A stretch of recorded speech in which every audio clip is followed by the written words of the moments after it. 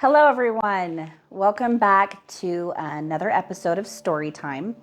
We have one of my absolute favorites today. It's called A Tale of Two Wolves, and I think you guys are really going to like it. So if you like this story, please do not forget to like and subscribe. Again, we're a new channel, and your subscriptions and your likes really go a long way, and they are very much appreciated. So on to the story. I hope you guys enjoy. This is a Native American tale. It's about an old Cherokee grandfather teaching his grandson lessons of life. And he says to his grandson, "A fight is going on inside me. It's a terrible fight, and it's between two wolves. One wolf is evil. He is angry and envious. He's filled with regret, greed, arrogance, resentment, false pride, superiority, and ego." But the grandfather continued, "The other wolf within me is good. He represents joy, peace, and love. He's full of serenity and humility, benevolence. He has empathy, compassion, and faith."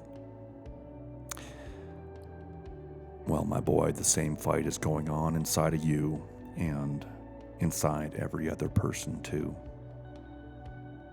The grandson thought about it for a minute and then asked his grandfather, "Which wolf will win?" And the old Cherokee elder simply replied, "The one you feed."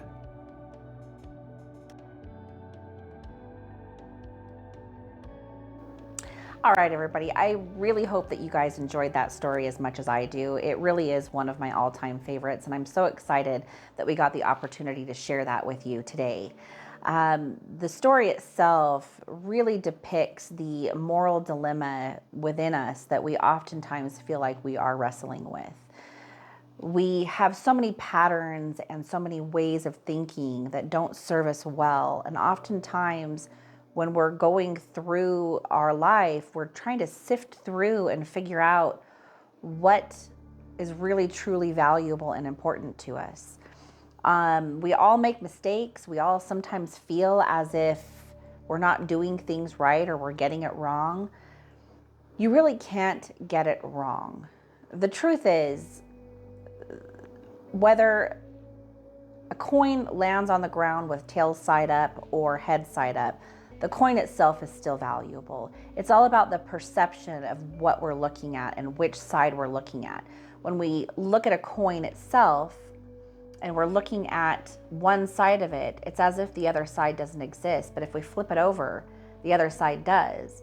And sometimes when we're dealing with these energies within us, the duality of the mind, sometimes we're looking at certain thoughts that don't serve us very well, and we think that those are our only options or the only things that actually exist. But if we just shift our focus, we can sometimes see that there is more, maybe a higher perspective, a new way of thinking that we hadn't seen before, something that will elevate us and be more of an uplifting perspective.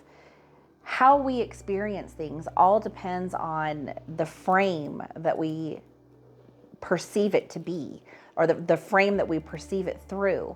And if we have and give our attention to negative thoughts, to negative beliefs, patterns of lack and fear and anger and hatred and frustration, then we create that more in our lives. If we instead shift our focus and change the frame, change the perspective, to view the events in our lives through a place of gratitude, love, abundance, and we can see the lessons that are there for us to learn from, then our life brings us more of that. And so it's really about, something as simple as, is the glass half empty or is the glass half full?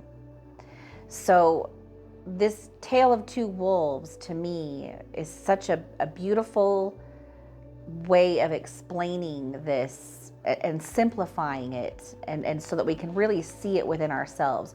You do have two wolves inside of you that are fighting and wrestling back and forth.